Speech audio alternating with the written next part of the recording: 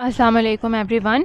How are you all? I am here with lecture number 34 for inter part 1 and we have started chapter number 3 that is gases. Gases के बारे में अगर हम study करते हैं तो we have already talked about the properties of liquids, gases and solids. आज जो हम बात करने वाले हैं वो यूनिट्स ऑफ प्रेशर है कि जो प्रेशर होता है यानी कि जिस तरह आप गैसेस पे प्रेशर अप्लाई कर रहे हैं, लिक्विड्स पे प्रेशर अप्लाई कर रहे हैं, तो ये प्रेशर के यूनिट्स क्या क्या हैं, हम लोग किस किस यूनिट में हम लोग प्रेशर के बारे में बात करते हैं। तो फर्स्ट उन्होंने कहा है कि वो प्रेशर ऑफ एयर का इतना प्रेशर जो 760 मिलीमीटर मर्क्यूरी को सी लेवल पे सपोर्ट कर सके।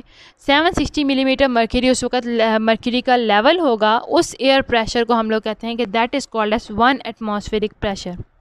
इसका मतलब क्या है कि ये वो फोर्स है जो 760 मिलीमीटर या फिर 766 लॉन्ग, अगर आप वो ले लेते हैं कॉलम मर्क्यूरी का, यानी कि इतना लंबा आप लोगों ने पाइप ले लिया, उसके अंदर मर्क्यूरी मौजूद है, उस वक़्त जो फोर्स होगी जो उस 760 मिलीमीटर मर्क्यूरी जो एग्जर्ट करेगा एक एरिया पे 1 सेंटीमीटर स्क्वायर पे 0 डिग्री सेल्सियस पे, हम इसे कहते हैं, this is a definitional topic, तो इसे हम लोग ये कहते हैं कि ये क्या है, दैट इज़ 1 एटमॉस्फेरिक प्रेशर।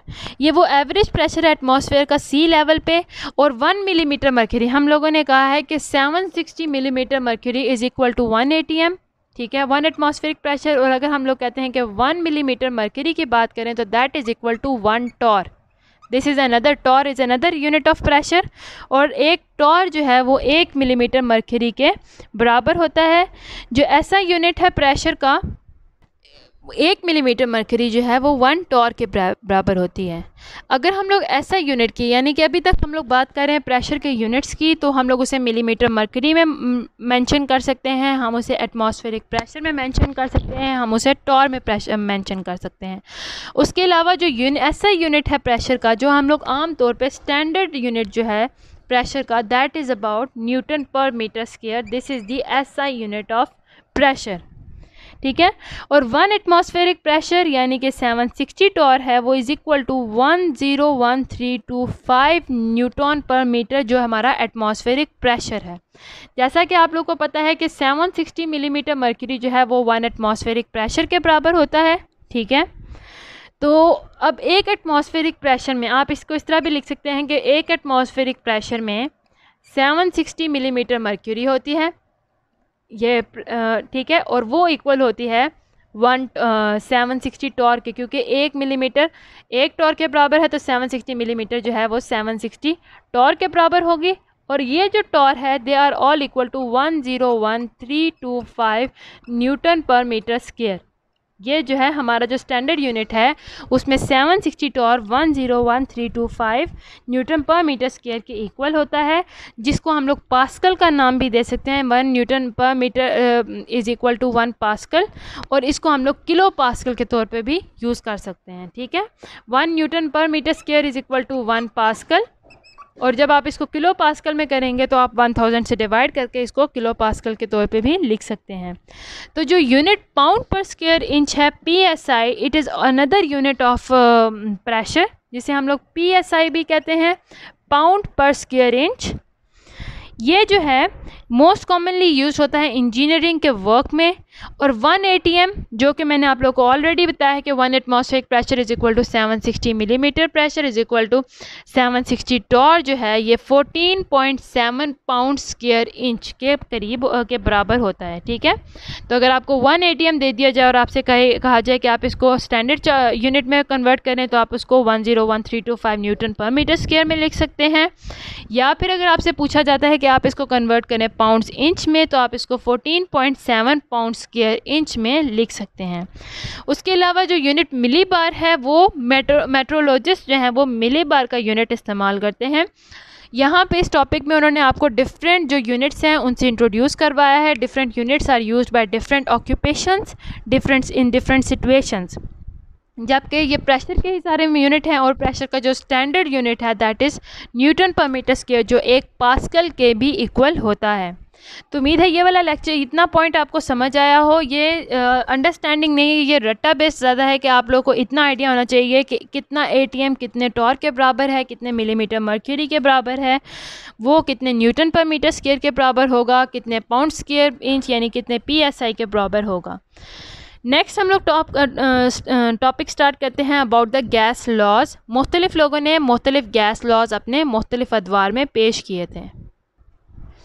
तो जब हम बात करते हैं गैस लॉज की, तो कॉमन ऑब्जर्वेशन से आप लोग अंदाज़ा ख़ुद भी लगा सकते हैं कि जब एक्सटर्नल कंडीशंस जैसे कि टेम्परेचर है या फिर प्रेशर को हम अगर चेंज करते हैं, हम गैस की बात कर रहे हैं गैस लॉज में, ओके। तो उस टाइम पे अगर हम लोग एक्सटर्नल कंडीशन जैसे कि टेम्परेचर हो गया या फिर प्रेशर हो गया, अगर हम उनको चेंज करें तो उनकी वजह से जो वॉल्यूम है आपकी गिवन क्वांटिटी ऑफ गैस उसको भी अफेक्ट होता है।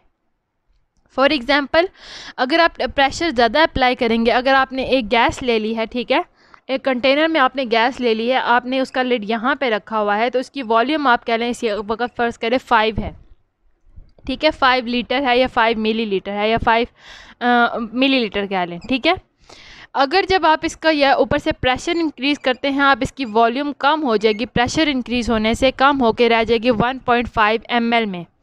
तो ये क्या था, ये इसकी एक एक्सटर्नल कंडीशन थी जो कि एक प्रेशर था। तो प्रेशर जब ज़्यादा कर रहे हैं तो उसकी वॉल्यूम कम हो रही है, ये एक एक्सटर्नल कंडीशन थी। सिमिलरली अगर आप इसी गैस को हीट अप करते हैं तो उसकी जो अंदर प्रेशर होगा वो इतना इंक्रीज़ हो जाएगा हीट अप होने की वजह से कि वो ख़ुद ब खुद इस पिस्टन को यानी कि इस कवर को, लिड को मुँह पर के ऊपर ले जाएगी और दोबारा अपनी वॉल्यूम जो है 5 मिलीलीटर या इससे कम या इससे ज़्यादा तक मेंटेन कर सकती है।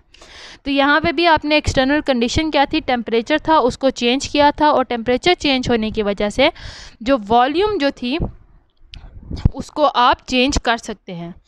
ये इफेक्ट जो है सेम है irrespective of nature of gas. चाहे आप कोई भी गैस ले लें, चाहे आप ऑक्सीजन ले लें, कार्बन डाइऑक्साइड ले लें, हीलियम, नियॉन, आर्गन, कुछ भी आप गैस ले लेते हैं, तो उन सब के साथ वो सेम बिहेवियर शो करेंगे कि अगर उनका प्रेशर ज़्यादा करेंगे तो उनकी वॉल्यूम कम हो जाएगी और अगर उनका टेम्परेचर ज़्यादा करेंगे तो उनकी वॉल्यूम भी इंक्रीज़ हो जाएगी। तो हम कह सकते हैं कि इस मामले में जो ये गैसेस हैं वो एक यूनिफॉर्म बिहेवियर शो करती हैं एक्सटर्नल कंडीशन की तरफ। यूनिफॉर्म बिहेवियर का मतलब है एक जैसा बिहेवियर, कि जबकि बाहर की कंडीशंस को आप चेंज करेंगे तो वो अपना जो बिहेवियर है वो एक जैसा जो है तमाम गैसेस जो हैं वो शो करती हैं।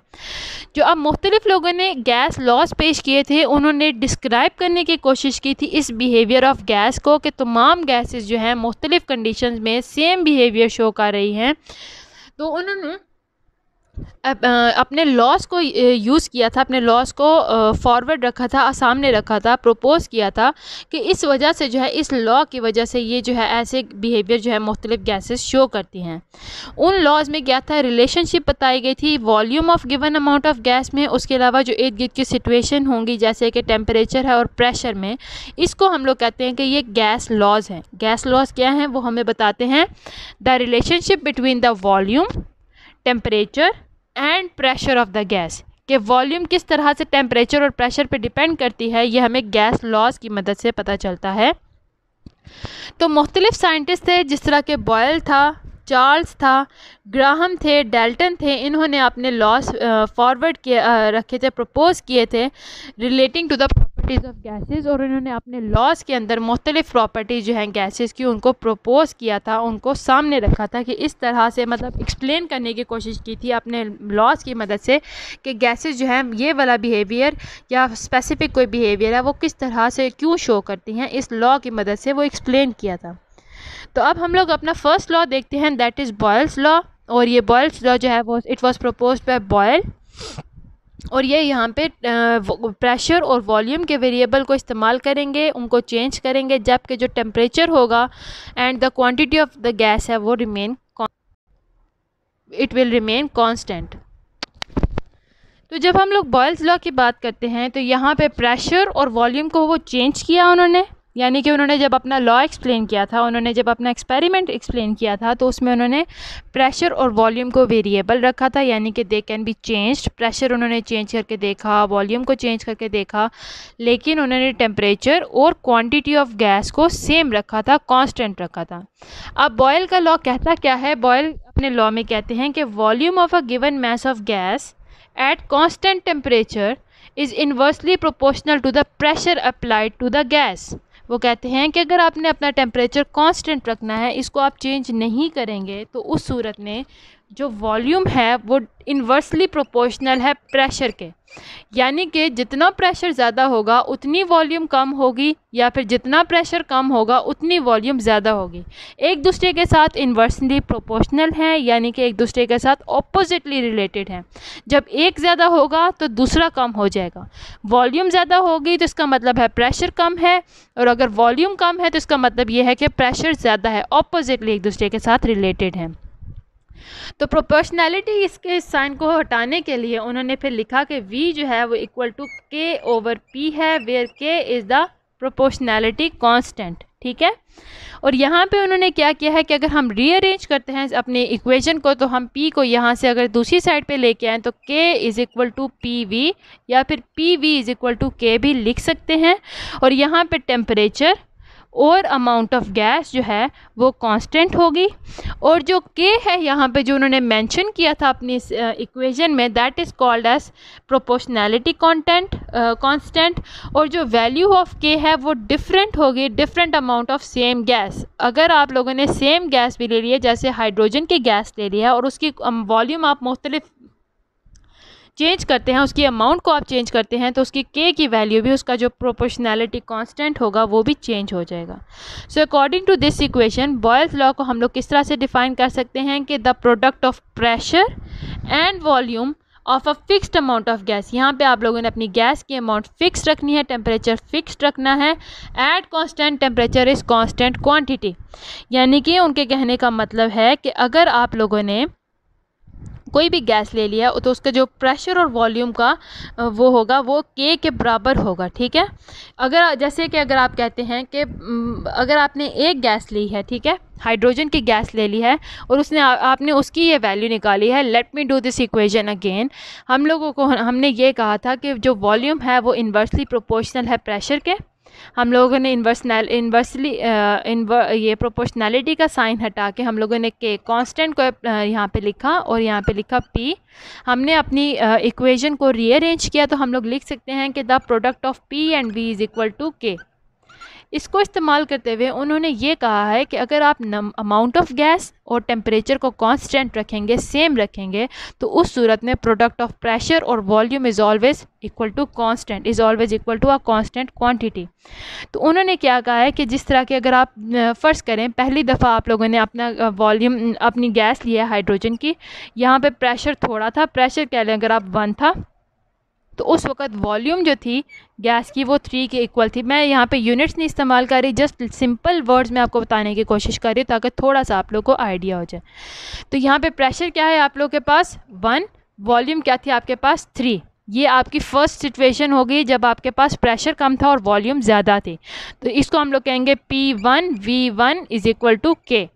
सेकेंड सिचुएशन क्या है कि जब आप प्रेशर को इंक्रीज़ करते हैं और प्रेशर यहाँ पे आपके पास आ जाता है 3, ये सेकंड प्रेशर है। ठीक है, और उस वक़्त जब प्रेशर ज़ाहिर सी बात है इंक्रीज़ किया था तो वॉल्यूम कम रहेगी, तो वॉल्यूम कम रह के कितनी बराबर आ गई 1 के। तो वो कहते हैं कि अगर आप सेकंड सिचुएशन लें दैट इज़ P2 V2, तो that is also equal to K।